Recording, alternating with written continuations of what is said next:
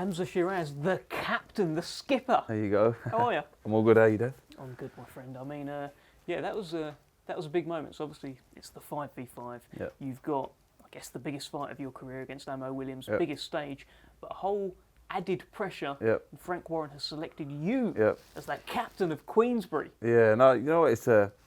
I didn't know, to be fair, until kind of about 5 minutes before we went on stage, and Frank was like, "Yeah, you're captain." I was like, "What? All right, sweet." But it's good. I don't find it added pressure at all. I don't find it added pressure at all. I've always been someone people can look up to and kind of count on as well. So now going into such a mega event with so much at stake, I'm honoured to lead the way, especially amongst all the great fighters in the Queensbury stable.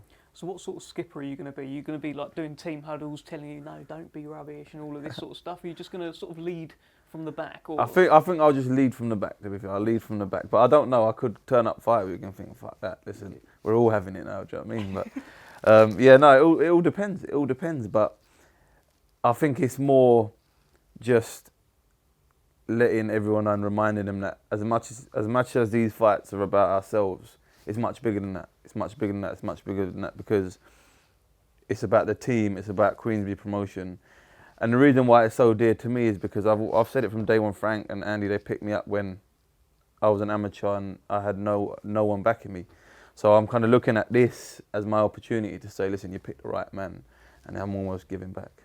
That's nice, actually, yeah, because I'm not sure. Obviously, there's 5 versus 5, but Yep. then you've got people who haven't necessarily been with promoters for that long. Yeah. You've been a career Queensbury guy. Yep. You look on the other side, you've got like Deontay Wilder just popping up next to Eddie Hearn kind of thing. Like Eddie Hearn's been going at him for years. It's not been like his second biggest rival. Yeah. It's quite strange. But what's the team camaraderie kind of like at Queensbury then? It's great. It's great. I've not had no issues. We've been with them for 7 years now, so it's been great, and I think it's only going to get better. It's only going to get better, and especially like I keep banging on it, but an event like this with the magnitude of what it is, it's only got all the ingredients to just make it unreal. Did you enjoy yesterday with the masks and all Yeah, of that? it was good. The masks was killing my face. When I was up there, I kept adjusting it. I've and heard whatnot. that. I've heard they were a little bit tight. But it was all right. It's all good. It's all part of the show. And yeah, like I said, I'm just honoured to be a part of it. You went for dinner as well with His Excellency and all of the fighters Yeah, and yeah, managers. Anything you can tell me about what happened there? No, it was all right, to be fair. Everyone was kind of in their own little groups and whatnot. But at the end, I went over to Amo himself and I just told him, have a great camp. Shook his hand, have a great camp, and I'll see you fight night. Your face-off that you had with him was actually one of the more intense Yeah. face-offs. Yeah. What can you tell me about that? Do you know what it is? It's because we're both young, hungry, and for me, like I've just banged on, there's a lot at stake. It's not just a Hamzah Sheeraz fight and that's it, you crack on with it. It's more than that. Like I said, it's all about representing the team, representing Queensbury Promotions. But then at the same time, he's in my way. He's trying to take food off my plate, and I understand I'm very respectful and always have been, and I'll shake his hand and whatnot. But then at the same time, I'm just looking at him in his eye and telling him, listen, I'm gonna ruin you.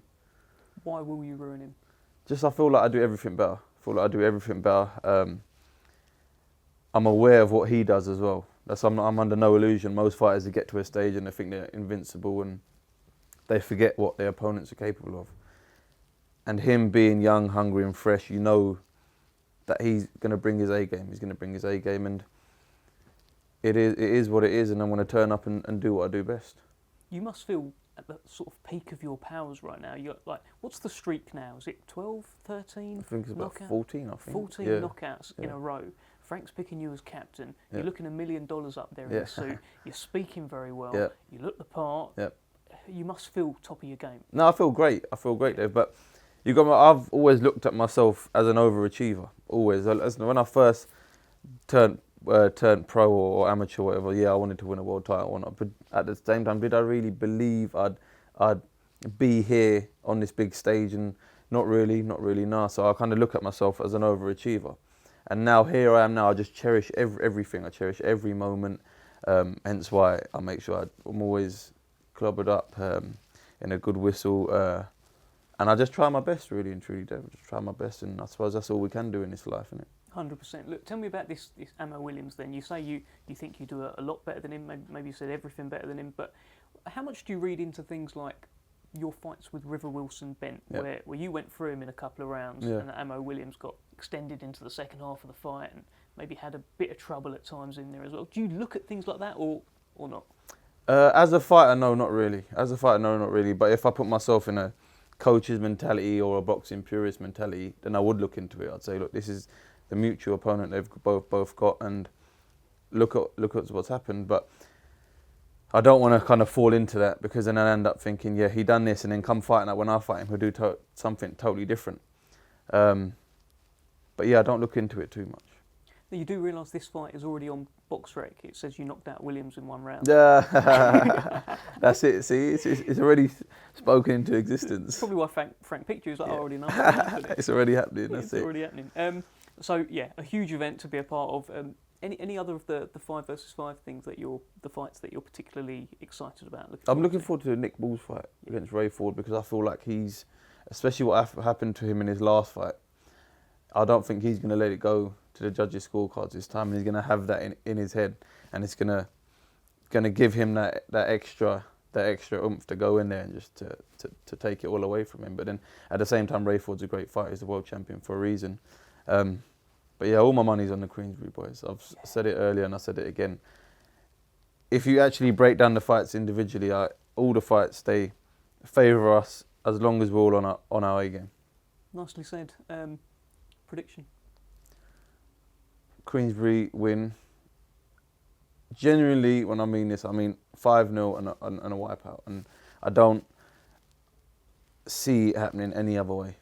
And you tend not to go the distance these days as well. Yeah, no, I tend not to. Yeah, is that early, late?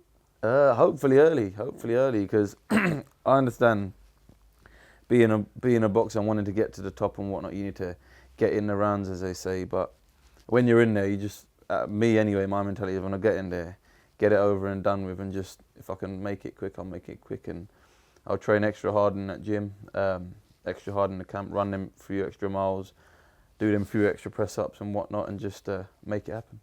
Good luck, Captain. Thank you very much, Dev. All right, mate.